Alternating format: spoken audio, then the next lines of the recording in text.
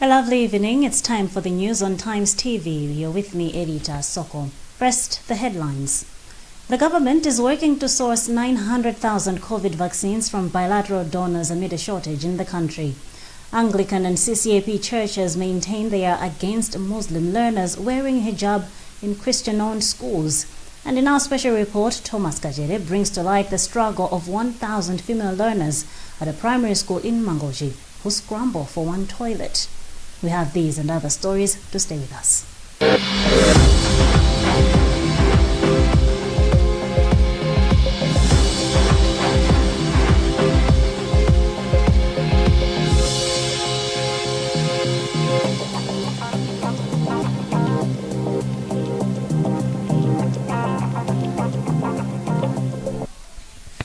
Minister of Health Kumbize Kandodo Jiponda says the government is working hard to source 900,000 COVID vaccines from bilateral donors following a shortage in the country. The minister was responding to reports that the country has run out of these shots. Rebecca Jinjeka has compiled this report read by Blessings Mpinganjira. Several health facilities have raised alarm that they have run out of the vaccine. Lilongwe District Health Office is the latest to have raised the alarm on Friday. The country is experiencing the vaccine crisis after destroying 19,000 doses a few weeks ago. The minister says government is doing all it can to immediately get 900,000 doses. As a ministry, we are already working on that. Indeed, the vaccines, you are aware that the COVID vaccine, the AstraZeneca vaccine, we had received it in March. And by that time, we had received about 502 doses. Unfortunately, the last batch was short-dated. And at that time, there was a lot of vaccine hesitancy. People, they didn't want to come and get the vaccine because they had believed the misinformation, the negative propaganda which was outside there. So people, they were really, they did not want to come. So we had to destroy about 19,000, which is very, very unfortunate. Meanwhile, Director for Africa for the World Health Organization, Mashidiso Moeti, has called for urgent availability of the vaccine in African countries as they are facing a crisis. New data from the World Health Organization shows that Africa cases are surging by over 20% every week as the continent's third wave gains pace. Wrangles over Muslim learners wearing hijab in Christian-owned schools might be far from over, as Anglican and CCAP churches maintain that they are against it. On Thursday, Public Affairs Committee (PAC) facilitated the signing of a memorandum of understanding allowing Muslim learners to wear hijab in Christian schools. Isaac Salima reports. During the Thursday meeting, the quasi-religious body facilitated the memorandum of understanding, meaning that the Episcopal Conference of Malawi, the Malawi Council of Churches, and the Evangelical of Malawi have no problem with Muslim learners wearing hijab. But speaking on Friday, the Diocese of Upper Shire Secretary Christopher Zambira said their resolution against hijab wearing in its schools made at the last meeting of the Legislative Board of the Diocese still stand. Our church, the Anglican Church, is episcopally led and synodically governed. By synodically governed, we mean that all the decisions that the church carries out are representative of the people's ideas or views or resolutions.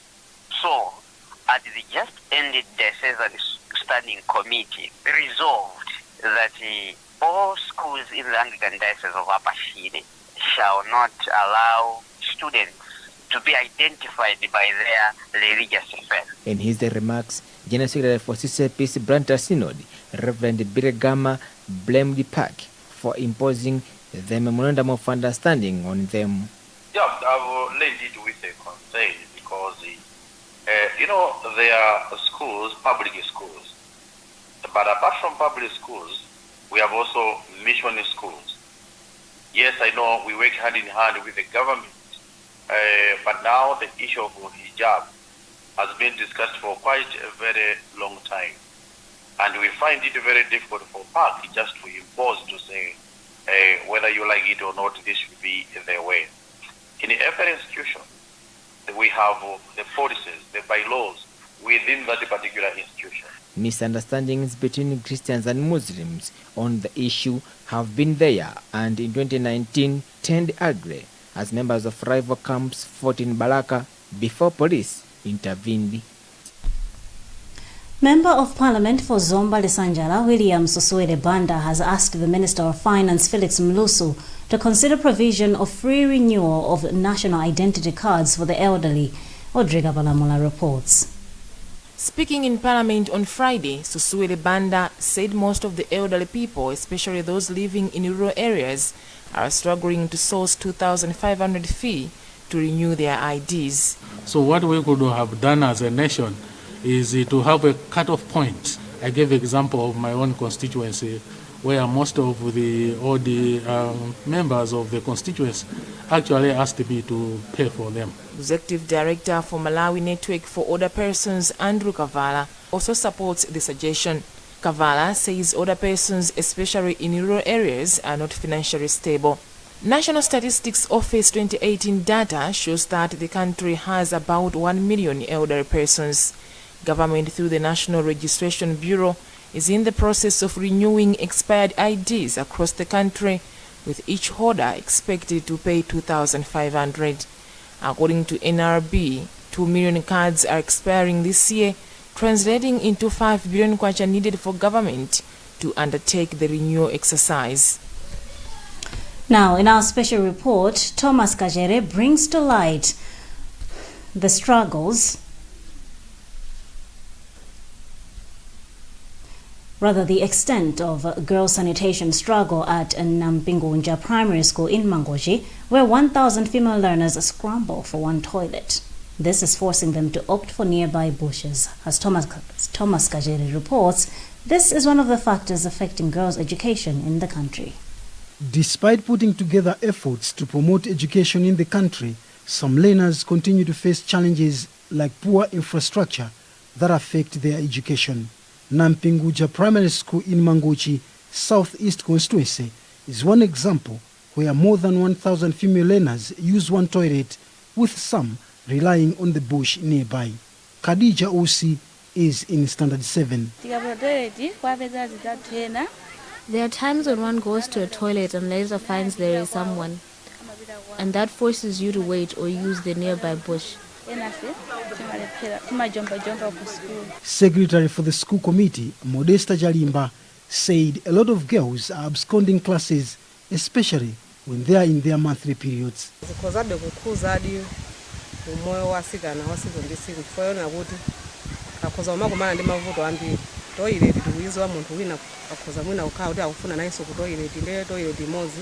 I believe if the situation is addressed, the girls would stay in class and compete better with their fellow male learners.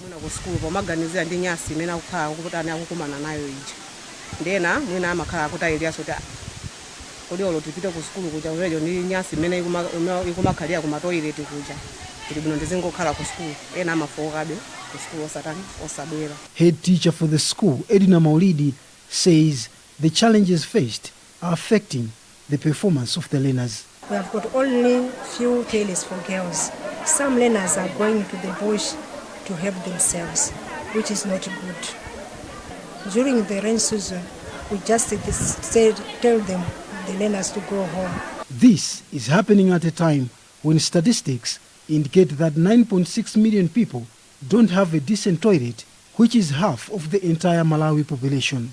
The development defeats the purpose of fighting waterborne diseases and promotion of girls' education, who are greatly affected.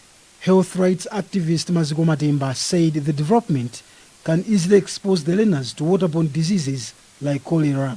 Meanwhile, Girl Child Education Movement Executive Director Marshall Dayton said it is sad to note that the learners are being exposed to conditions that could cause them to underperform. Honestly, as a girl child education movement, we are very saddened with this development, especially coming at a time whereby we are trying our level best in this area to keep the girls in school, because we don't want girls to have any excuse not to stay in school.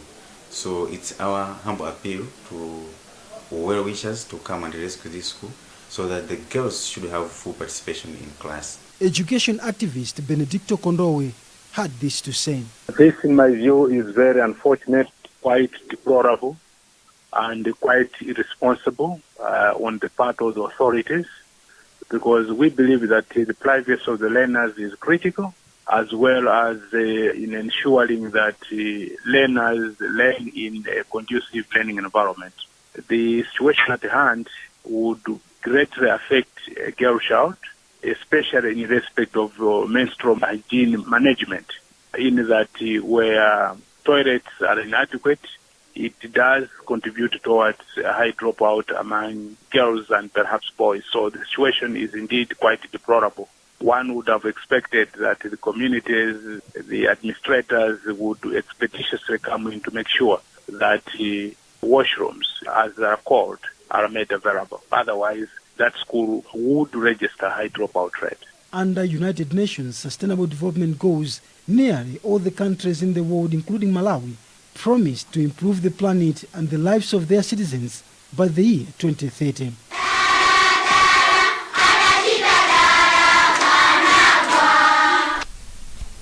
You're watching the news on Times TV. We'll be back with more shortly.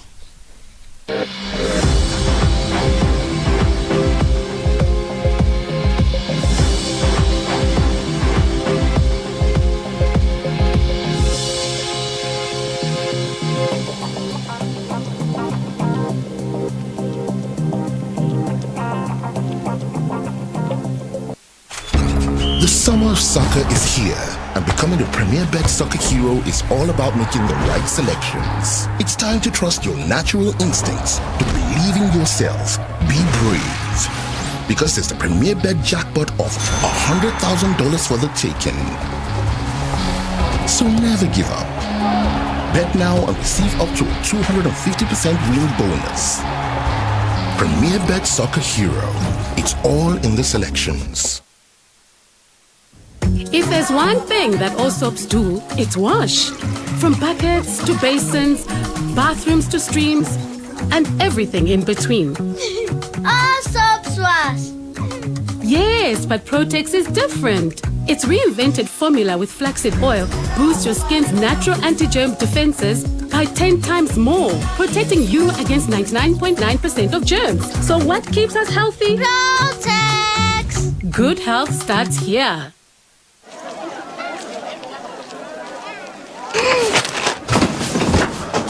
Do your gums hurt? Yeah. Does your toothpaste contain sage, eucalyptus, myrrh, chamomile? All that in one toothpaste? Yes, try Colgate Herbal. Colgate Herbal contains nature's best herbs and Colgate's fluoride technology to give you strong teeth and healthy gums. Ah, Colgate Herbal. Let's go. Colgate Herbal for strong teeth and healthy gums naturally.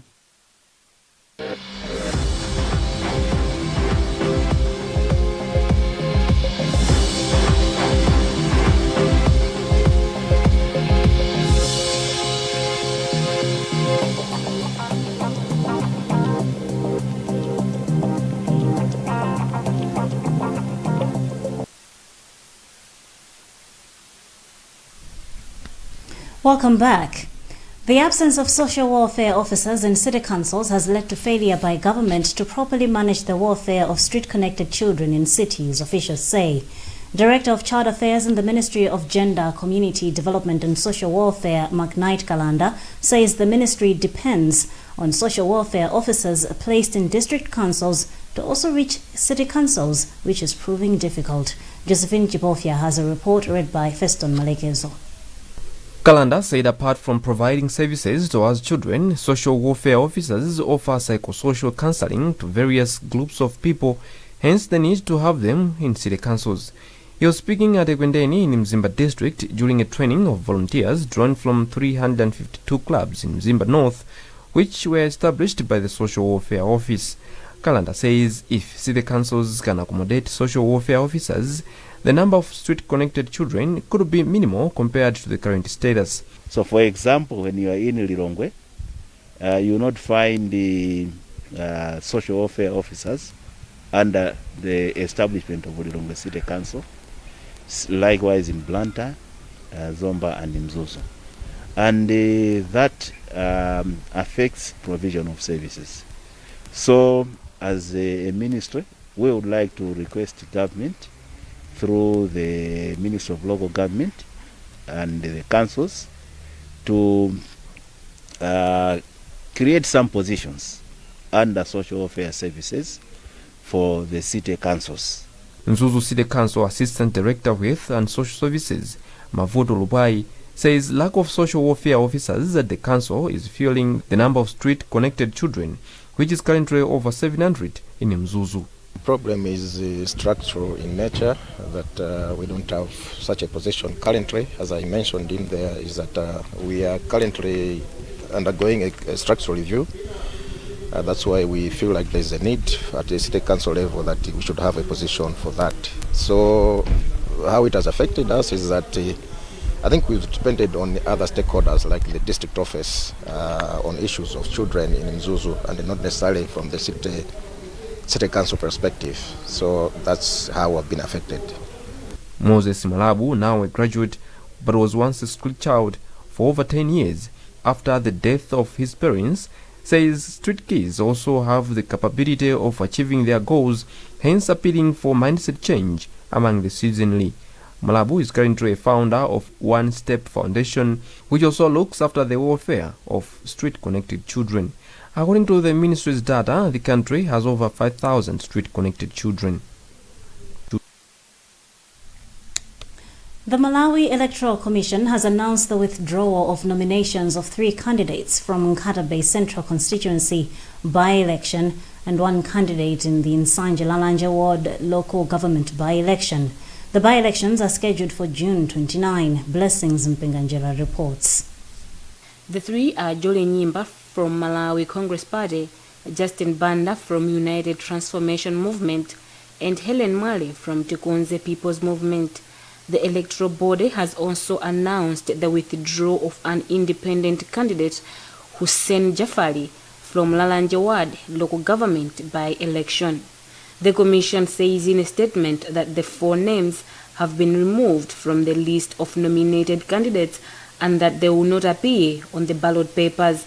The by-elections are expected to take place on 29 June.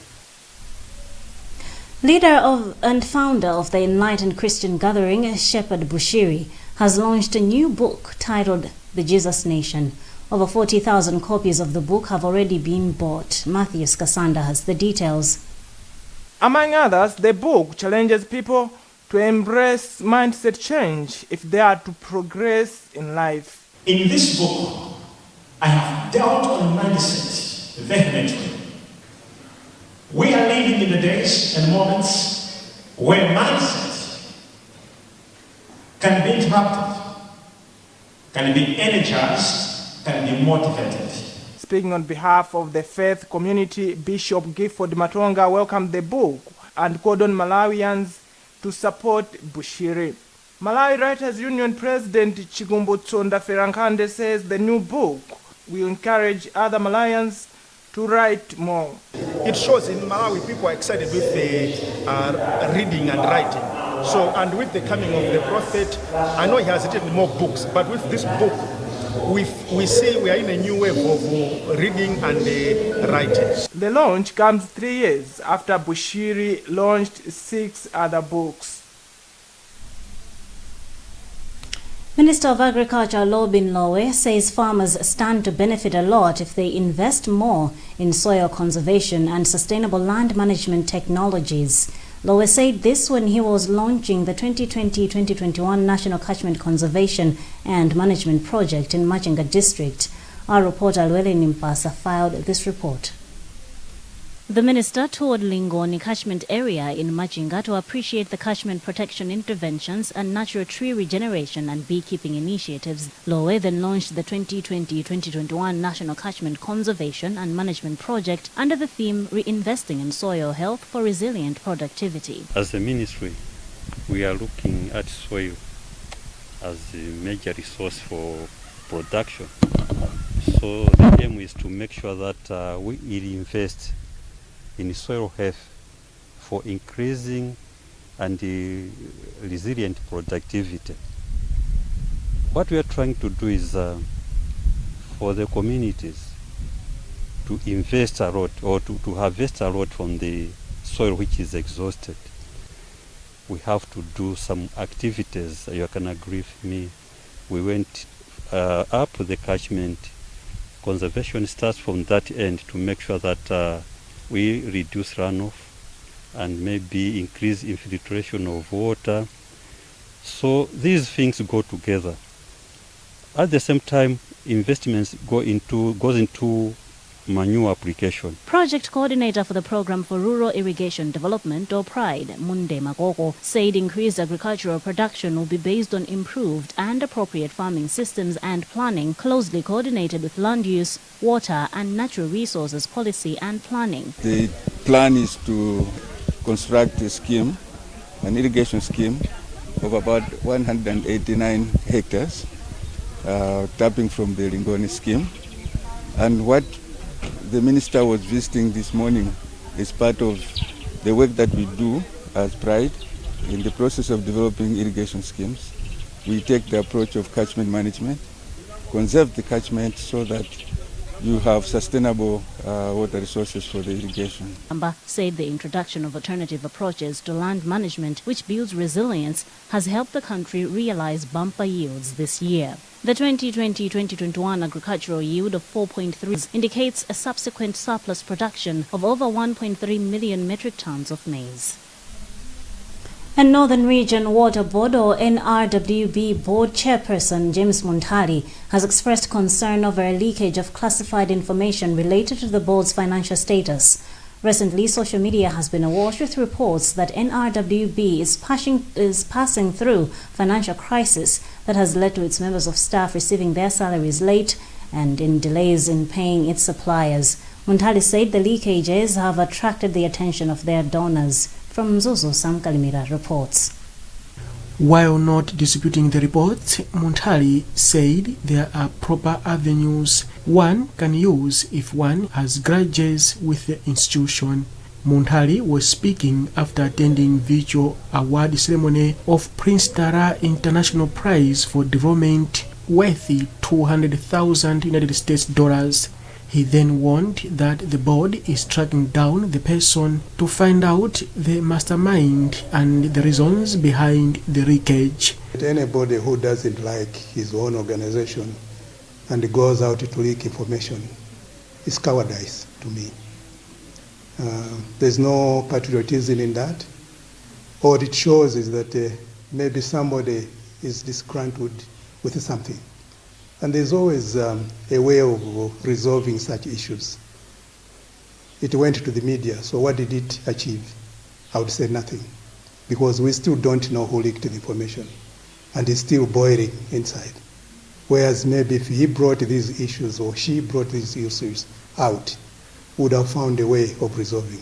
Muntari then asked members of staff to always work in unity, adding the Prince Tara Award has demonstrated confidence donors have in Northern Region Water Board. On the looming financial crisis, Muntari said the institution is in debt recovery initiatives such as prepaid meter installation. The board's chief executive officer, Titus Ntea, said the award has encouraged the board, adding they will make sure that the remaining projects are implemented efficiently within the project period. 83 countries competed in the awards and only 4 made it, including Northern Region Water Board receiving $200,000 United States dollars, and the money was used to extend water supply, meeting the demand of some communities from Mzuzu City outskirts. And that's the news, and now the headlines again. The government is working to source 900,000 COVID-19 shots from bilateral donors amid a shortage in the country. Anglican and CCAP churches maintain they are against Muslim learners wearing hijab in Christian-owned schools.